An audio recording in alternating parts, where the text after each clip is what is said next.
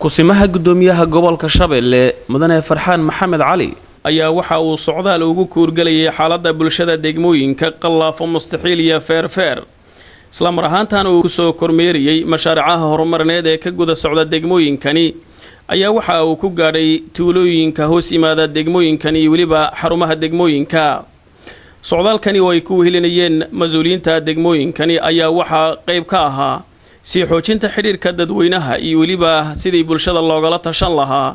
arrimaha horumarka nabadgelyada iyo maamulka suuban iyadoo mas'uuliyiintani heer gobol iyo waliba heer degmo ay kulamo kala duwan la yeelanayeen qaybaha kala duwan ee bulshada ku nool degmooyinkani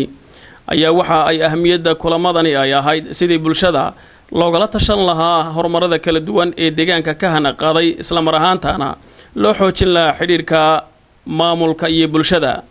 waxaana ugu horeyntii kulamadani ka hadlay kusimaha gudoomiyaha gobolka Shabeelle mudane Farxaan Maxamed Cali shirkeenina uu yahay muhiimadiisu in halkii aan taagnayn aan hore uga sii socono hore in loo sii socdo hore isbeddelkan jira cid kasta oo deegaanka Soolaan u dhalatay gaar ahaan gobolka Shabeelle inay ka faa'iideysato maanta inay wax beerato inay shaqaysato inay macnaheedu wax tabcato inay nabadgelyo hesho inay seexato inay soo toosto in cidda sababtay ay tahay xisbiga dimuqraadiga ee shacabka Soomaaliyeed Itoobiya sinaan iyo cadaalad iyo nidaam dimuqraadiyadeedna dadka uu ku maamulayo kulamadani la yeelanayay bulshada qaybaheeda kala duwan ee ku nool degmooyinka Qallaafo Mustaxiil iyo Feerfeer ayaa dhankooda waxa ka hadlay gudoomiyaasha degmooyinkani iyagoo sheegay in bulshada mar walba looga baahan yahay sidii ay uga qayb qaadan lahaayeen isla mar ahaantaana ay u garab istaagi lahaayeen maamulada qaybihiisa kala duwan si looga miro dhaliyo